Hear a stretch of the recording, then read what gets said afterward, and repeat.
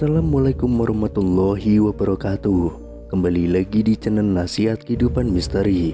Pada video kali ini saya akan membahas tentang pesan rahasia Presiden Soekarno terbongkar. Insinyur Soekarno adalah Presiden pertama Republik Indonesia yang menjabat pada periode tahun 1945 sampai dengan 1967. Presiden Soekarno merupakan tokoh perjuangan yang berperan penting dalam memerdekakan bangsa Indonesia dari penjajahan Belanda. Bersama dengan Muhammad Hatta, Soekarno adalah proklamator kemerdekaan Indonesia pada tanggal 17 Agustus tahun 1945. Begitu pentingnya kedua tokoh bangsa ini. Namun kisah Soekarno-Hatta di penghujung hayatnya tidak seindah jasa-jasanya untuk kemerdekaan Indonesia. Rumah Sakit Pusat Angkatan Darat atau RSPAD Gatot Subroto menjadi saksi bisu detik-detik terakhir kehidupan dari sang proklamator. Sang proklamator yang biasa dipanggil Bung Karno wafat tanpa penghargaan dan penghormatan dari bangsanya. Bertahun-tahun sebelum itu, saat Jenderal Soeharto menahannya di Wisma Yaso, Soekarno diasingkan dari rakyat yang dicintainya. Bahkan keluarganya pun dipersulit untuk menjenguknya. Soekarno wafat di ruangan perawatan RSPAD Gatot Subroto pada Minggu 21 Juni tahun 1970 pukul 7:17 waktu Indonesia bagian Barat. Ia mengidap komplikasi ginjal, gagal jantung, sesak napas, dan juga rematik. Namun sebelumnya, Bung Karno dikucilkan dan dilarang menginjakkan kakinya di Jakarta. Soekarno tinggal di Istana Bogor dan kemudian pindah ke Istana Batu Tulis. Dalam buku lain yang berjudul Insinyur Soekarno, karya Wahyudi Jaya, tertulis bahwa sakit yang diderita oleh Soekarno sejak Agustus 1965 semakin parah. Soekarno kemudian memohon kepada Soeharto agar diizinkan untuk kembali ke Jakarta melalui putrinya Rahmawati. Setelah mendapatkan izin dari Soeharto, Bung Karno akhirnya pindah ke Wisma Yaso atau yang sekarang Museum Satria Mandala dengan status tahanan. Pengamanan terhadap sang proklamator diperketat, alat sadap dipasang di setiap sudut rumah, dan tidak ada seorang pun yang boleh menjenguknya. Kemudian Guntur Soekarno Putra harus memikul tanggung jawab yang besar ketika bapaknya, Presiden Soekarno, meninggal dunia. Guntur Soekarno Putra tidak saja harus menjadi pengganti peran ayah bagi adik-adiknya, tetapi juga siap menjalankan peran sebagai anak Bung Karno tertua.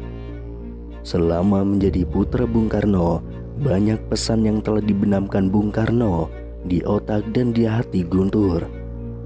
Pada buku yang ditulis oleh Guntur, yaitu Bung Karno, Bapakku, Kawanku, Guruku, diceritakan pesan terakhir tentang Bung Karno. Setelah itu tidak ada pesan lagi hingga ayahnya meninggal dunia pada 21 Juni tahun 1970.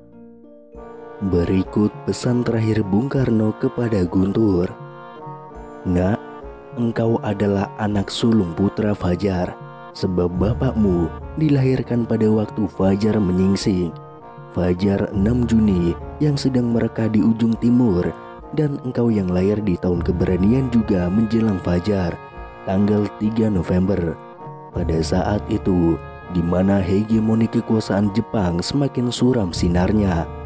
Nah, seperti halnya bapakmu, engkau pun pantas menyambut terbitnya matahari. Jadilah manusia yang pantas menyambut terbitnya matahari. Ingat, yang pantas menyambut terbitnya matahari itu hanya manusia-manusia abadi, manusia-manusia yang baik hatinya, manusia-manusia yang bermanfaat. Karena itu jangan cengeng. Buktikan kepada setiap orang yang menatapmu bahwa engkau memang pantas menjadi anak sulung Soekarno. ekspresi sikap Guntur pasca meninggalnya Bung Karno adalah sikap terbaik, termasuk jika akhirnya ia memilih untuk tidak terjun ke gelanggang politik. Akan tetapi dengan sikapnya itulah kemudian ia dan adik-adiknya relatif bisa bertahan hidup di rezim Soeharto, sebuah rezim yang telah menggulingkan bapaknya, tidak hanya dilengsarkan dari jabatannya, tetapi juga dikucilkan di Wisma Yaso, tanpa bacaan, tanpa teman, dan tanpa keluarga. Presiden Soekarno kemudian sekarat pada tanggal 16 Juni tahun 1970. Ia kemudian dilarikan dari Wisma Yaso dan ditempatkan dalam sepetak kamar dengan penjagaan berlapis di lorong rumah sakit.